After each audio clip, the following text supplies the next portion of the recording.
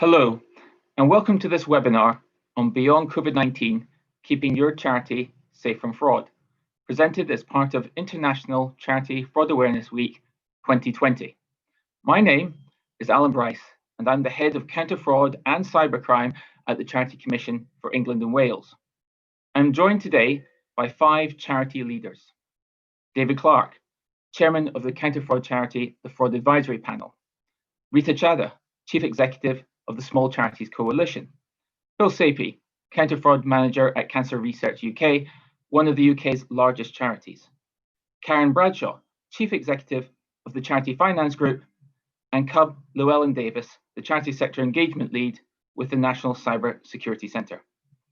The purpose of this session is to highlight what fraud and cybercrime might look like in the next 6 to 12 months from a range of different charity perspectives: small charities, large charities, counter fraud professionals, and finance professionals, and outlines some of the big issues that charities should be thinking about now in order to prepare. After all, charities are no different to the public or private sectors in that they can and are being targeted by opportunistic fraudsters, organised crime groups, and cyber criminals. Those charities providing services and supporting local communities during this incredibly difficult time may be especially vulnerable. In fact, recent research by Pro Bono Economics in partnership with the Chartered Institute of Fundraising and the Charity Finance Group suggests that the coronavirus crisis will result in as many as 60,000 job losses across charities by the end of the year, large-scale cuts in service provision, and about a £10 billion drop in income, all at a time when many expect demand for their charity services to increase. This has important ramifications for managing the risk of fraud and cybercrime, with many charities having to make tough decisions on where to spend and where to save money. It also means that now, more than ever, charities need to be fraud aware and take steps to protect their money, people, beneficiaries, and assets from harm. This webinar complements an earlier webinar on COVID-19 and charity fraud that was issued in the middle of the UK lockdown called What to Watch Out For and How to Stay Safe, which is still available to listen to on demand from the Charity Fraud Awareness Hub. We'll begin with a short overview of fraud risks that have arisen during the pandemic and that we increasingly face as we move into a global recession. From David Clark, chairman of the counter fraud charity, the Fraud Advisory Panel. David, over to you. Hi, thank you, Alan. It's a pleasure to be invited to speak on this very important topic at this very crucial time. Thank you, Alan, for the introduction. I chair the Fraud Advisory Panel charity, which acts as a collective voice, if you like, of the counter fraud profession. And we're committed to tackling fraud, financial crime, supporting counter fraud professionals. And here's the thing, across sectors and industries. Today, I'll briefly explore with you whether the coronavirus pandemic has led to any new kinds of fraud or simply increased the opportunities for fraudsters to apply their existing, what we would say, tools of the trade to a new subject matter. Before touching upon the impact a recession might have on fraud, though, I think it's really good if we cast our minds back to late January and the start of the pandemic, in the UK at least. I don't think many of us fully appreciated just how profoundly life-changing it would be, or the impact would have on both our personal and professional lives as people went into lockdown. However, it was very clear early on in the pandemic that this would create the right environment for fraud to flourish, because fraud flourishes in crises. While many of us were struggling to get to grips with the lockdown and sort out our homes and turning homes and family lives around to accommodate our remote working, my charity also, my own company, fraudsters were similarly working out in lockdown ways to exploit the vulnerabilities, the anxieties, the fears that they take advantage of in this new normal that they were seeing, and they were very practiced. Our socially distanced life and living may seem safe in some respects, but there are new dangers that they would exploit. This is why my charity, the Fraud Advisory Panel, it's natural and right that we responded very quickly to this. And what we did in March, and starting on the 1st of April, we set up a COVID-19 Fraud Watch Task Force. And the intention of this was to share information and intelligence on the emerging fraud threats, and to act as a kind of early warning system to get out across sectors. And great to have Alan and the Charity Commission and so many great allies coming together. By and large, many of the threats that we saw during this period, and the COVID-19 Fraud Watch ran for 6 months, and what we were seeing by and large was the first wave of the pandemic were just variations of existing frauds, but with a COVID-19 disguise put to them. Though we are now seem to be in a decline as our lives have settled down a bit. Phishing emails are a good example of this. A typical HMR phishing email pre-pandemic would have simply said you were eligible for a tax refund. As government stimulus schemes were released, that refund was more likely to be linked to a new programme, or how about a grant setup deal with the coronavirus outbreak. So you can see they're twisting an old technique to something new to play on people's vulnerabilities, fears and needs. Now these are reverting back to more general tax refunds once more. One notable threat has steadily increased throughout the pandemic has been online shopping and auction frauds, probably most likely a result of changes to our shopping habits rather than the pandemic itself. Only a small proportion is linked directly to COVID-19 fraud. These frauds were initially related to the sale of fake medical goods. So we had, if you remember, all those discussions around the terrible challenges the country had in getting PPE and face masks. And of course, fraudsters always before everybody else were into that. They then moved on to things like, as that became under control, they moved on to, would you believe, pets, the sale of pedigree puppies and so on. Imagine now people are at home feeling very lonely. And of course, you know, my neighbours and good friends have all bought puppies, gets them out and so on. But there, that seemed another area for them to con people, and cars as well. And this focus will undoubtedly shift again as we move through the health crisis and now this second wave and lockdowns and so on. Investment frauds have also increased as we know. Many people and businesses, small businesses, extremely cash strapped, and they're being lured by get rich quick schemes and fake celebrity endorsements. I mean, this is terrible. People who you would trust giving this. And most recent, you will have seen yesterday with the report from UK Finance, our charity and a number of others, and the City of London Police. What we predicted was in lockdown, romance fraud would go up too, as people look for company. They want love. People feel lonely. Of course they do in isolation, of all ages and sexes.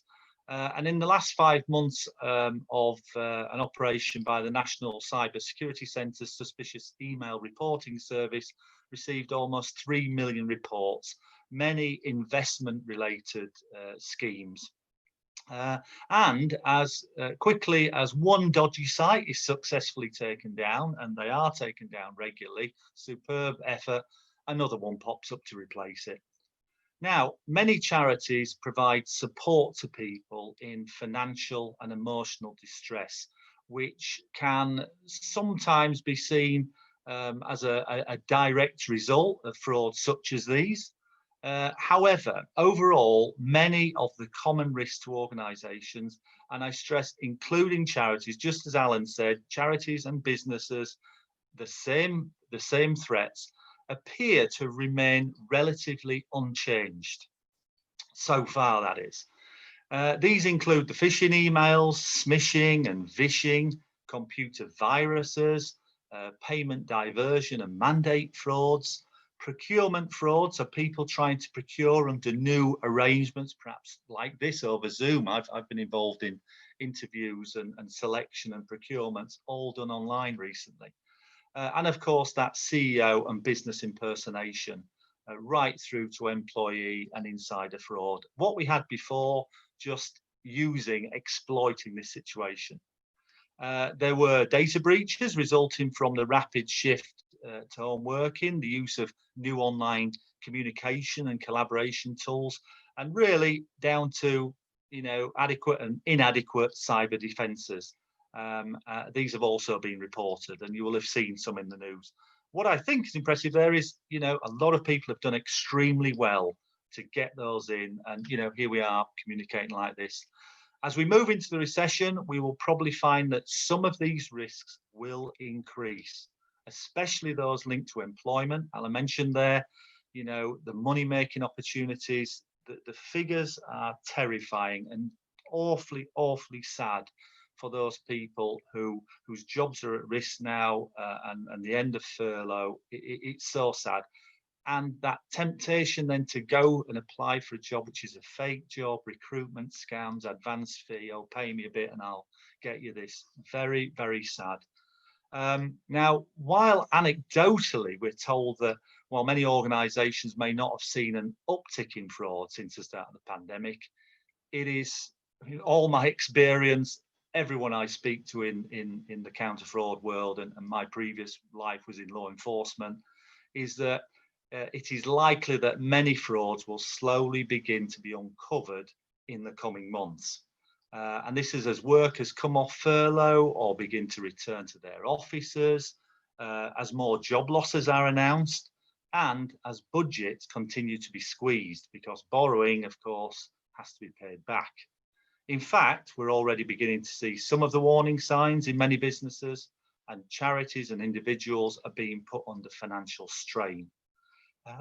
Against this backdrop, it is certainly not the time for any of us in charities to be complacent. We really mustn't. Now, I know it's me saying this as a counter fraud charity. I'm also a director of a business, and sometimes security and compliance drops on the back. It's not the time to do that. And I'd finish really by saying, I'd like to quote the American investor and shrewd man, Mr. Warren Buffett, who once famously warned, it's only when the tide goes out that you learn who's been swimming naked. Let's be safe. Alan, back over to you. Thank you, David. So, what does all this actually mean for the charity sector, and what are the emerging fraud and cybercrime threats that charities need to look out for in the next 6 to 12 months?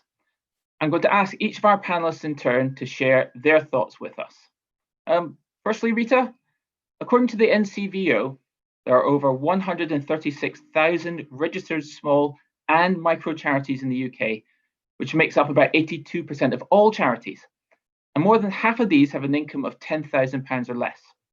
Small charities already work extremely hard, as we're just hearing from David making exactly this point, working extremely hard to juggle back office functions with frontline delivery with such little resources. So how are these small charities likely to be affected over the coming year? Rita, over to you. Thank you, Alan. I think it's really interesting when we talk about small charities, because small charities live in the business of hope. They exist to make a difference, and they live in perpetual hope of either getting more funding or being able to improve the lives of their beneficiaries. Here at the Small Charities Coalition, we're a national body that looks after 15,000 small charities, a lot of them without any funding at all and heavily dependent on volunteers. And I think what we've definitely started to see through our help desk is an increase in the number of people that may be working from home. That is to be expected. But actually, the way that people are working from home has changed considerably within small charities. Offices are being given up, and so volunteers are working from people's homes in a way that they're not fully set up for as well. And that does leave itself open to sharing passwords, seeing other issues that may be around and about in the environment. And also it lends itself to quite a few dangerous situations around safeguarding as well. I think for small charities in particular, there's a couple of areas that are particularly poignant and critical at the moment as well. And that's about cybersecurity. Small charities often think that they're not going to be victim to ransomware. They're, who would want to attack them? Anybody can be prone to a cyber attack or being hacked. And I think the sharing of passwords done with the best of intentions, but done in a state of crisis, can actually cause immense problems later on as well. We also have the issue of banking. For many small charities, it is still the case that they will struggle to get double verification on banking accounts as well.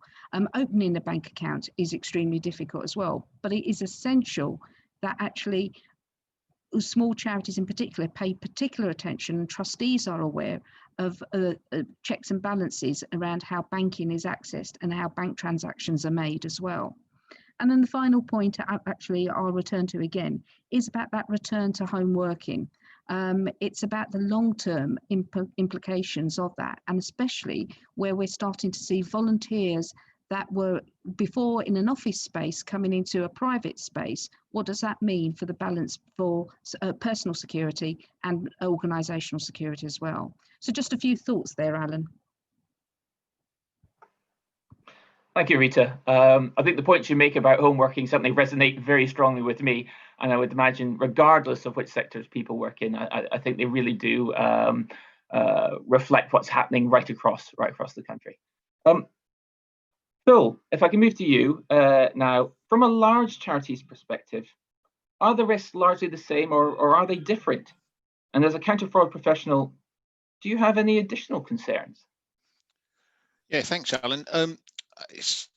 It's kind of an interesting question. So I think that of course the risks they get scaled up, don't they? I think that's one of the things, and I think one of the things that that we're in a position to do as a larger charity is actually revisit our fraud risk, so we can look at our fraud risk register and go, okay, we can look at how the landscape's changed, we can look at where the where people are getting squeezed, where the risks are, consider our fraud triangle, those sort of the basic tools of the fraud investigator. Did things like looked at David's the fraud advisory panels kind of COVID risks, and sort of looked at our charity and said, look, how are these going to kind of impact on our risks, and are the controls still the same with people working from home, with people furloughed?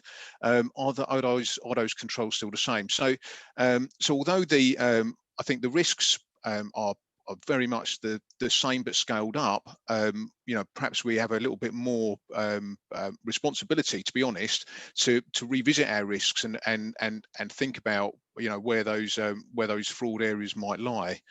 And in terms of one of the things that I really considered in that process was looking outside the organisation. So we kind of got our the risk to the charities from from inside, but actually, of course, and again, as David pointed out really clearly, this pandemic affects everyone, so it's affecting our suppliers. So are our suppliers going to be more likely to kind of enter into a false invoicing scheme, or overcharge us, or overbilling, all those kind of things? So we're they're going through the same struggles as us, so the same risks that are kind of visiting themselves on us are going to be visiting themselves on our suppliers, and then of course on our beneficiaries and our volunteers. So that whole arena is it's kind of exaggerated through the pandemic, and we've seen it in kind of as a counter-fraud professional, we've seen it in recessions and in kind of restructures in the past. So it's some really high level there. I could talk about it for ages, but I won't. I'll pass back to you, Alan. Thanks, Phil. It's an interesting point you make about revisiting risks, and I think when we get further into this discussion, I think we'll be able to look at a few of those in much more detail. But that's certainly something I would encourage all charities to do at this time if they haven't done so already. Karen, if I can come to you now, what do you think then from a finance professional's perspective? What do you think we should be thinking about now in terms of frauds that may begin to emerge in that next 6 to 12 month period? Thanks, Alan. Well, I think the first thing I would say is that we need to remember that finance professionals are often not just dealing with finances. They're often also the people that oversee the accommodation requirements, the HR, the IT, and therefore their remit is a very broad one across the organisation. And I think that just picking up on some of the comments that have been made already, one of the things that really needs to be focused in on for the next 12 months, 6 to 12 months, is this changing context. So back in March, we expected all of this to be a very sort of quick overnight crisis response. And I don't think any of us expected to still be sat here in October thinking about this continuing as a socially distanced, remote, digital working, virtual environment. And so the things that we were happy to accept in terms of compromises, if you like, almost corner cutting, that we were happy to accept in a crisis, now need to be reviewed as we sit in that gap between having responded to the initial crisis, but not quite knowing what the certainty of the future is going to look like. And by the sorts of things that I'm thinking about here are things like the willingness to use people's own equipment at home, for example. So if I think about my own organisation, not everyone had a laptop, and therefore we've gone through a process of using office equipment and getting that out to our staff, and with all the inherent risks that are related to sending out equipment, but also utilising people's own equipment at home. So we haven't necessarily paused and thought about the cybersecurity levels of security, firewalls, etc., that are there for our own staff, but also more practical things like shredding. You know, the documents that you're in a physical space, you would walk across to your physical shredder and pop in there, that would, you know, act as a level of control against fraud and abuse, may not be happening in a domestic environment. So these real practical things that I think we were perhaps happy to overlook almost in a crisis situation now need to be reviewed. And I think what we'd be suggesting to finance professionals is that they look at the systems that are in place.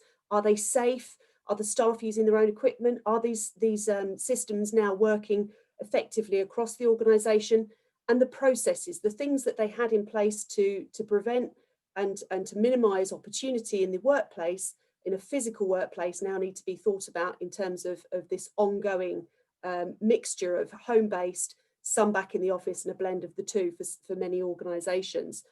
I would also think about the onboarding and exiting of staff. So during this pandemic, I know from CFG's own experience that we've onboarded 2 or 3 staff.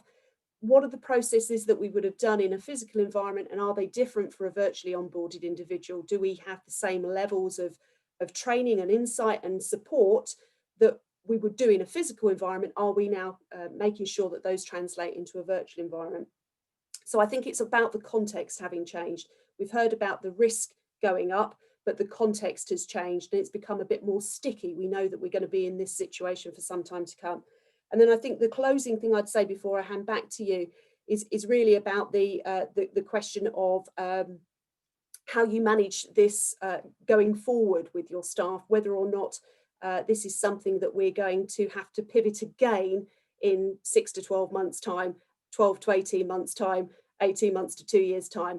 As we are seeing, you mentioned 60,000 potential losses of jobs, we're going to see a pushing up of the opportunity and motivation to conduct fraud, whether it's within our own organisations or external to our own organisations, but also potentially the increase in opportunity, because if there are less bums on seats managing these risks, then there are holes that are likely to appear. So I think we have to be vigilant, alert, and we have to think about managing those risks and revisiting the decisions we've made. Back to you, Alan. Thanks, Karen. It's an interesting point there, as given the topic of what we're discussing today, moving away from what has been 6-7 months of crisis management and the fraud risk related to what is now going to be the new norm, as it were, and then what will that be in another 18 months. So I think we've got a lot of reviewing, rethinking to do as the crisis develops. So finally, Cub, if I can come to you, you're our cybercrime expert. you've already heard a couple of speakers already refer to in different ways, different sort of cyber threats, whether it's from the finance perspective or even the small charities perspective. So what are the emerging threats that you expect to see coming down the line that charities should be preparing themselves for now? Thanks, Alan. So I think probably the most important thing to get across first is that fundamentally the structures of cybercrime and the way we do cybersecurity aren't changing in a way that most people would notice. Yes, it's right to say that criminals will adapt to the environment we're now in, and David gave a really good example of that in his opening bit around before the pandemic. You might have got an email about a tax refund, and now you get an email about the furlough money that perhaps you're expecting, or some sort of grant from the government or a local authority body or something like that. And that's the way criminals will adapt to their environment. The techniques they're using, though, are fundamentally the same ones as they were pre-pandemic, even 5 years ago. And I think that's really important to remember, because I'm going to highlight two of those today that hopefully most people will have heard of, hopefully not have been victim to, but will be aware of. The first of which is phishing, and it's been brought up a couple of times already by speakers. It is the most common type of cybercrime we're all aware of. Everybody is used to getting an email that looks a little bit fishy, for want of a better pun. But it is the most common, and it's the most common both in our lives as consumers and as members of the public, but also in our lives as members of staff or volunteers or trustees in charities. I won't go into the depths of the sort of technical mitigations organisations can take, other than to say, please do have a look at the NCSC's phishing guidance. It's a fantastically easy to follow piece of advice that looks at the different layers that you can take as an organisation. But in short, it effectively relies on the fact that you need to assume that some emails will reach your staff and your volunteers. As many technical controls as we can put in place, and as good as those can be, they won't always catch every single phishing email. Otherwise, there would be no need for us to even be talking about it. So to help with that, you can help your staff and your volunteers to spot those common signs of phishing emails.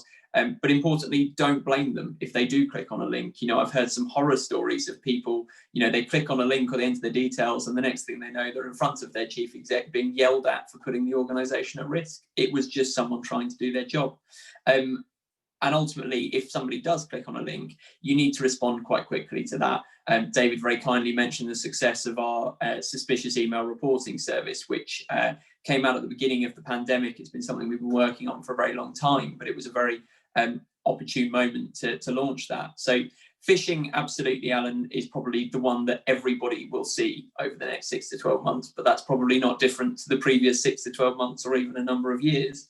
And the second one I want to highlight is ransomware. So there's been a number of reports in the media recently of quite significant ransomware incidents. We'll touch on one later, I think, but they can be devastating. It's effectively you come in one day to find that your IT systems have a big notice on the screen that says, we have locked all of your devices, and unless you pay us, a number of bitcoins normally or some sort of other cryptocurrency, we're going to keep that locked.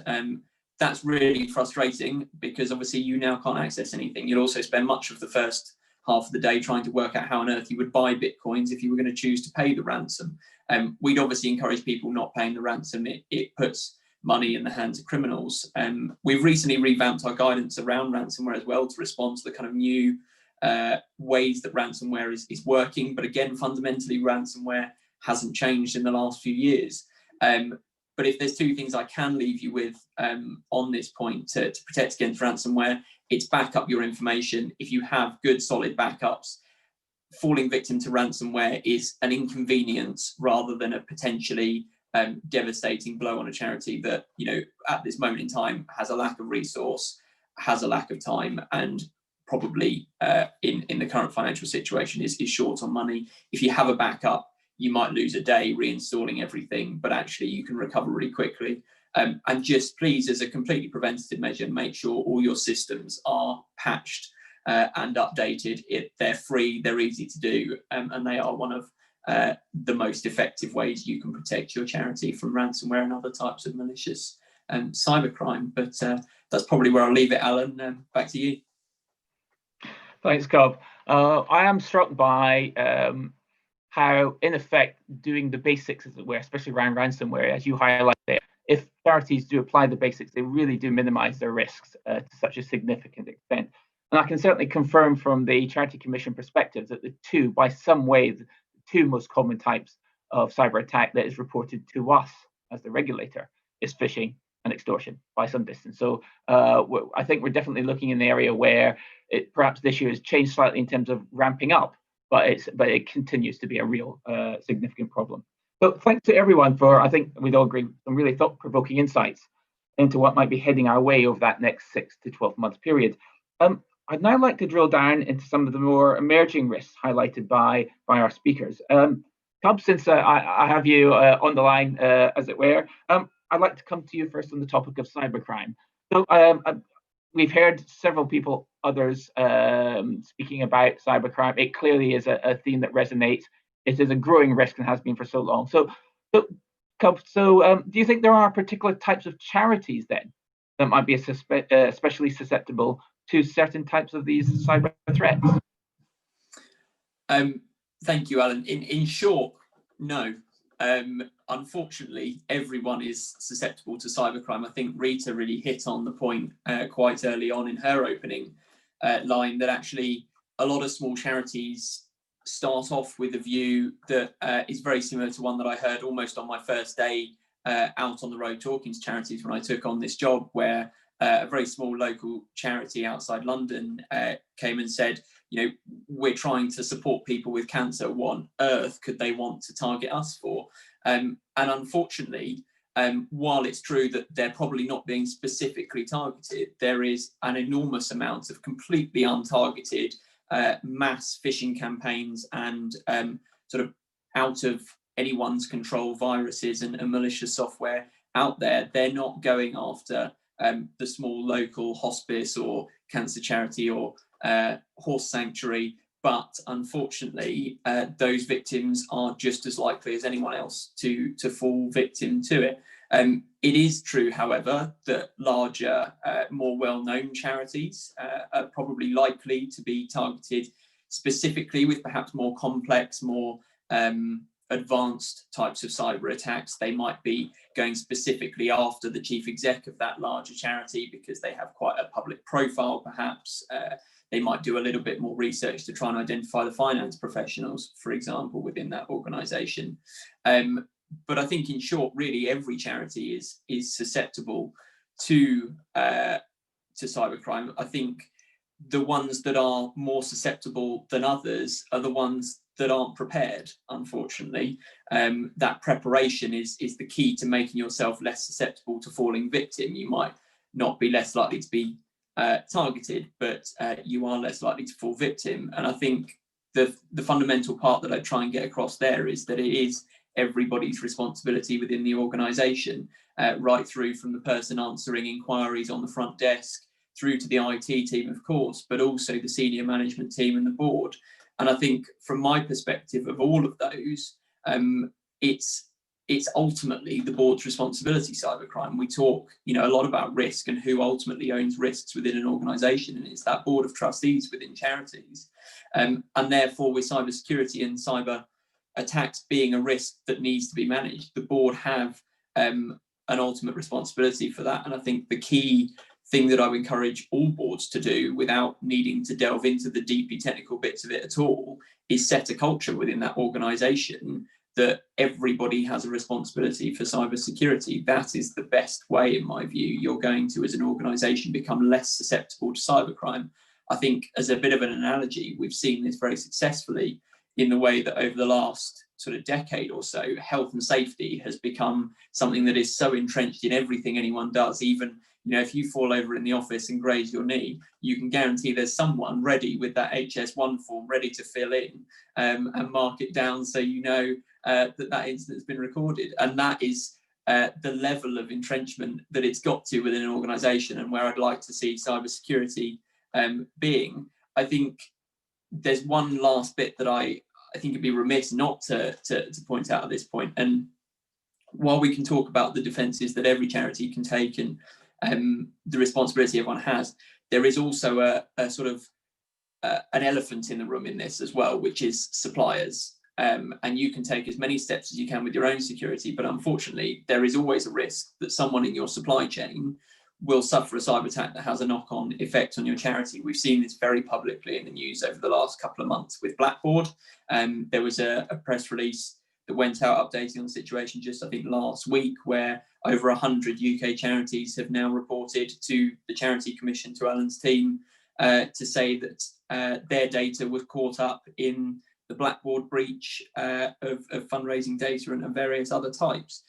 So as much as you can control your own environment, there is also a need increasingly to look at what data your suppliers are holding for you, how they're holding that, and what controls you feel as the procuring organisation you want them to put in control. So I think that is one that everybody needs to be aware of, but I think it's one that will probably come to the fore over the next couple of years as well. Thanks, Gob. And yes, you're quite right. Unfortunately, over 100 charities have now reported to us at the Commission in relation to that particular case that you're talking about. But then it does strike me, because it's not something we have talked about much, is actually the role of other individuals, other organisations, as you say, suppliers. So we all really do have a part to play in making all charities safe. So I'll just ask now come to the rest of the panel then to get their views on what the key challenges facing the sector and individual charities will be in tackling fraud and cybercrime over the coming months. Phil, perhaps if I could come to you first. We know that insider fraud is one of the largest risks to charities. You referred to it yourself, as did other panel members. Could I ask what some of the challenges in your experience are for charities trying to prevent insider fraud, and how the current environment might make this a bit more difficult?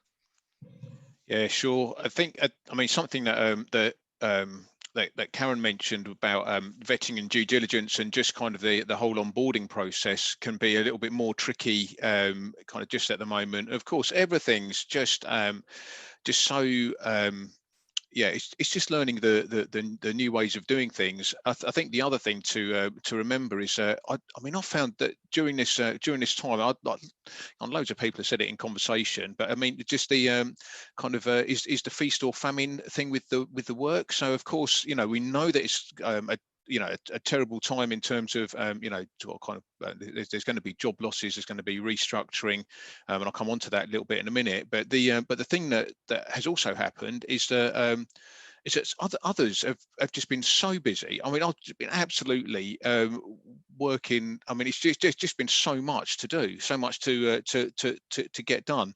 And of course, it's at those times when things can slip through the nets a bit more easily. So I think there's something, something to be said to just kind of watch out for that busyness and make sure that your controls are still operating exactly as they should, especially when you're trying to rush the process of getting somebody on board. So yeah, make sure your barrel's full of good apples. That's my something I think is really important. But then the other thing, and again we sort of touched on it a bit, is the risks around restructure. So we've talked about actually it's kind of again, Karen mentioned again kind of the fraud triangle, mentioned about opportunity and of course, there is that risk when we restructure that kind of key roles in the control functions get restructured out of the organisation. Nobody has realised, and then all of a sudden a fraud happens. How did that happen? And you go, well, the person who signed that off doesn't. That post doesn't exist anymore, or whatever. But of course, the other thing with restructure, and it's really important for charities to remember this, is is around the rationalisation. So when people are at risk of losing their jobs, of course, they might do something they wouldn't ordinarily have done. They've joined the organisation as an honest individual, and then all of a sudden, everything's changed, and then there's sort of a justification in their mind for committing fraud. And just finally on that, on that kind of on that thought, it's a little bit around again. So I mean, I've kind of worked around counter fraud for but yeah, years and years and years, and the you know, one of the things I found kind of working a lot more in the charity, meeting sort of so many great people, is that they're so motivated for the cause of the charity, and actually I think that there's a you know, almost a risk again. It's that kind of that analogy of, you know, with when, you know, when tide goes out, you find out who's been swimming without their swimmers on, you know. But I think the you know, I think the you know, the what happens is that people are kind of doing the wrong thing for the right reasons. It's not necessarily a fraud that's even going to benefit themselves. Sometimes it's a fraud or a you know, compliance breach that leads to a fraud in that murky area where somebody doesn't do the right thing, but they're not doing it to benefit themselves. They're doing it because they think it's a benefit to the charity, and it can easily fall into the area of criminality, you know, or at least you know, financial irregularity, and put us in difficult situations. So yeah, so I mean, I'd say yeah, so yeah, the vetting and due diligence, and the you know, the risks around restructure, and just you know, thinking about motivation, rationalisation for yeah, for people within the organisation. So, yeah, that's plenty. I'll pass back to you, Alan. Thanks, Phil. Actually, that's a really interesting point that we never really discussed that much. Is as a counter-fraud professional, we know the tradition of motivation being about greed or even need for the individual, and that's why that's what usually drives them. But in a charity context, there is that risk, unfortunately, that some people will be motivated for the good of the cause as opposed to their own individual benefit. And sadly, in my career, I have seen that on occasion. It will be interesting to see how things, as I say, comes out in the wash next year, as perhaps some of these cases start to come to fruition.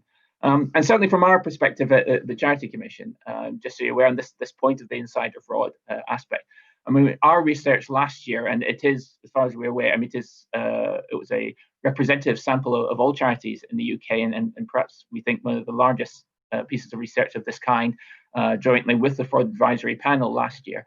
And something like half of all frauds are committed by people known to the charity. So really, that risk and that dynamic is sadly still there, and something that will come out, I'd imagine, even more in the next period. Karen, then, can I come over to you now? So, what are some of the challenges that charities will face in protecting their finances then? Well, I'm glad I go after Phil there, because I think actually what I'm going to say probably carries on very nicely from what Phil has said, which is I think particularly that last point about motivation. I can imagine there's no evidence of it, and certainly, you know, that this is happening against charities particularly, but we have heard, for example, about the abuse of the bounce back loan scheme. I can imagine that for some organisations there may be a heightened incentive for finance professionals to massage the figures, to, you know, say someone wasn't working when they actually were, and, you know, all those sorts of motivations that are not driven by personal greed, but actually desperation in a situation where the sector is really on its knees, I think actually is something that we need to be alert to across the organisation. So it isn't just about the finance professionals being clear on their own internal controls. It's about the infrastructure of the organisation ensuring that the finance professionals don't necessarily allow their best intent to drive them down a route that is not healthy or legal. So that's the first point I'd make. The second point I would make is that I think as the sector becomes more vocal and you hear much more around the Never More Needed campaign, there will be potential for charities to have their money diverted away from the charity by people who are springing up to raise funds for the charities that they hear are suffering great plight. So, you know, your favourite causes may well end up with spontaneous fundraising that isn't being done on behalf of the charity. Actually, it's diverting funds away from it. So I think we have to be really aware of how that element plays in to our own awareness and activities. And then I guess the last thing I would say is going back to the points that I made right at the beginning around the controls. We need to recognise that the controls that we have now are fit for purpose for what we're doing right now. And they may not be the same things that were fit for purpose in the office, and they may not be the same things that are fit for purpose once we end up with whatever the certainty is after we come through this immediate crisis period. So I think we do have to take steps to ensure that there is no false accounting, that the loss of time and resources doesn't mean that we end up pulling ourselves too thinly and cutting corners that leave us exposed and lead us into actually exacerbating the problems around fraud. Back to you, Alan. Thanks, Sharon. It's an interesting last point around the internal control environment in particular. Our research last year with Fraud Advisory Panel found that 2/3 of all frauds identified by charities was either through internal controls or by the audit function. So applying the basics will address so many of the problems that we could be facing from a fraud perspective. Sorry, Karen, you want to say something else? Yeah, I was just going to pick up that last point, and we haven't mentioned the fact that all external as well as internal audits are not being able to be undertaken in the same way that they would have been, in a physical environment. So that question of having people actually coming physically on to do a stock take or to examine those aspects of our businesses aren't happening in the same way that they were previously. So we do need to recognise that the context of internal and external audit has been changed. Yeah, that's an excellent point. And that, of course, is something that probably is going to be the case for some time going forward as well. So a growing potential issue for us to deal with. So finally, Rita, if I can come to you, are there any specific challenges then facing the small and the micro charities? Thank you, Alan. Actually, let me follow on a little bit from what Karen's just said as well. And I think it's the absence of control. Smaller charities don't think assertively about being anti-fraud. So they will, I know very few very small charities that actually have a space or a discussion point about this on their trustee board meetings or have policies to try and look at this in more detail. So I think one of the challenges has got to be for small charities to actually move to an assertive position where they are countering fraud and they're preempting any challenges that could arise their way. And I think that's difficult when you haven't got a large team, where you may not have any staff, where trustees may be operational and strategic at the same time as well. So I think carving out that space, both in terms of resources and in time for small charities is really, really important. It's critical because we all know that the impacts of being victim of fraud, in whether it's cyber or whether it's financial or whether it's about in another form, is hugely expensive to a charity. The costs and the reputational ramifications can be immense. So I think smaller charities need to think about this as a long-term investment. As we all know, and as many of the speakers have said, the environment is going to continually change over the next 18 months, and we can't be certain what the futures are like, but we can take some educated guesses about what the likely threats are potential, and use that as a basis to develop and build our organisations from. So I think, one of the things that would be really nice would be to see small charities having an anti-fraud champion on their trustee board, even if it's a touch base once a quarter, somebody that actually has that headspace to think about it and keep abreast of all the information, all of the advice out there. And a lot of the challenges are about actually just making sure that you're up to date with the latest information as well. And I think it is important to remember there's lots of good work happening in this space as well. There are opportunities to engage in the discussion with many of the people on this panel as well. So I think, we've got to make sure small charities actually focus on this as a long-term objective as well. Thanks, Rita. That's something I wholeheartedly endorse. In particular, I like that idea of an anti-fraud champion for small charities. This can be an issue that often people don't want to delve too deeply into, and having that sort of lead on among your trustees, I can only see benefits from it. So it's certainly something I'd very much encourage. So finally, in concluding today's session, could I ask each of the panelists in turn if they could perhaps share one fraud prevention tip to keep a charity safe? What would that be? David, perhaps if I could start with you.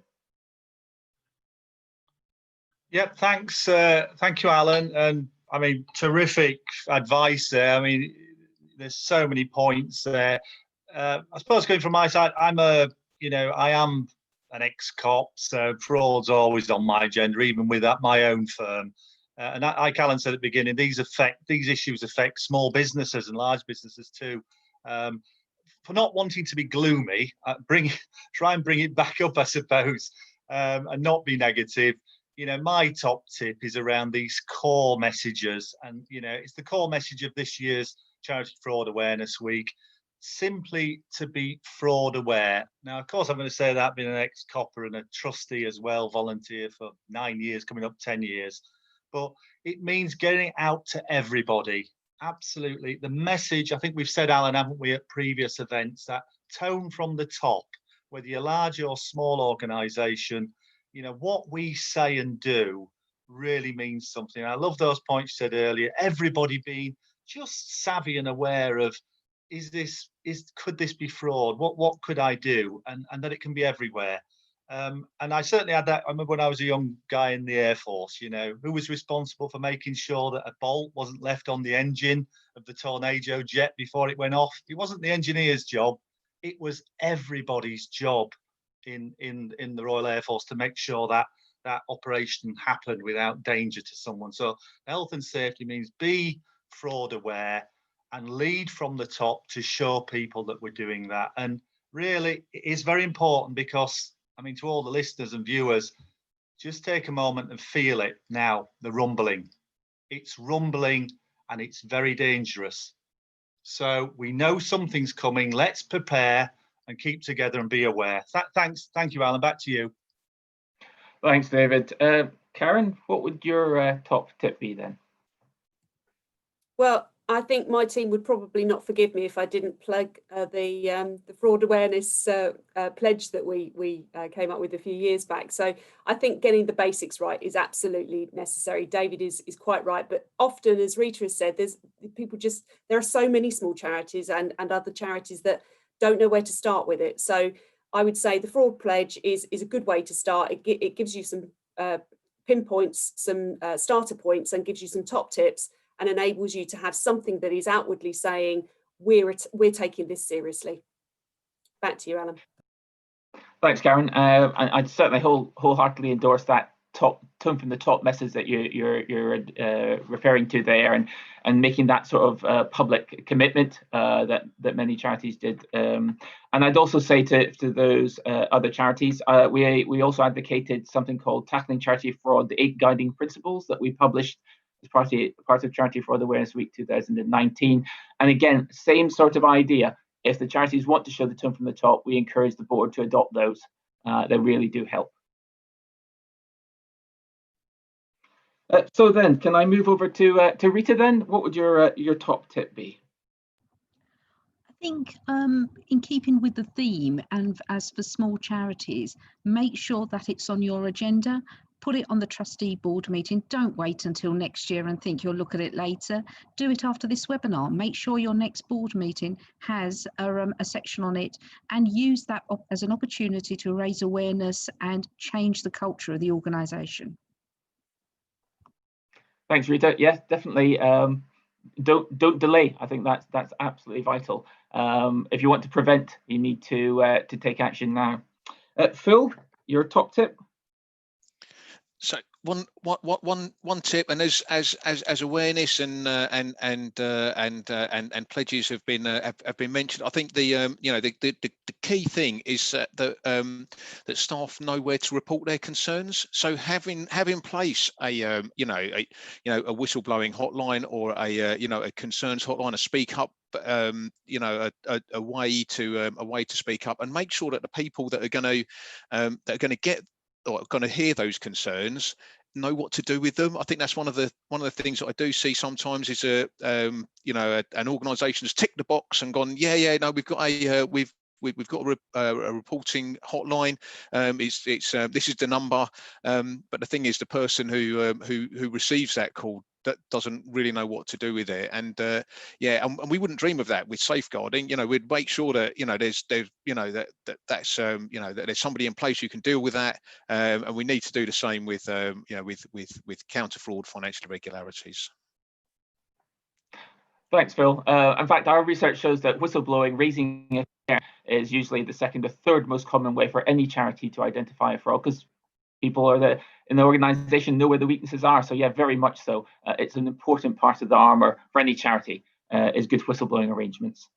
And finally, Cub, if I can come to you, what would your top tip be? Thanks, Alan.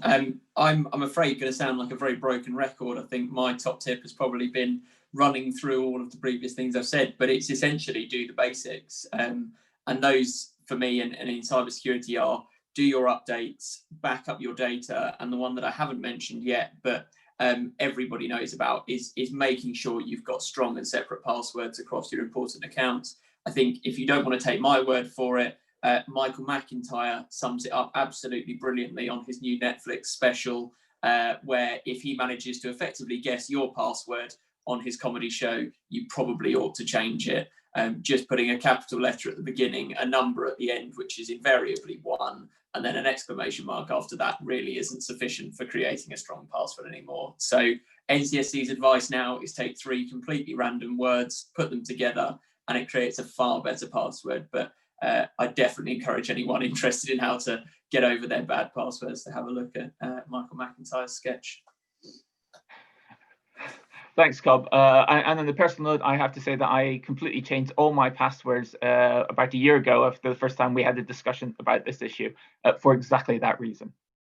So if you'd like any more information then on spotting and stopping charity fraud and cybercrime, I would just say, please take a look through our Charity Fraud Awareness Hub for a variety of the free resources, including short tutorials, on-demand webinars, videos, and help sheets.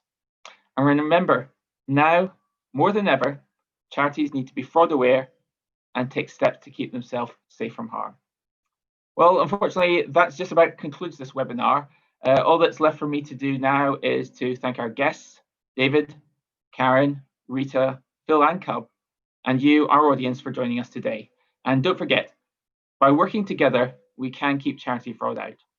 Thank you for listening, and keep safe.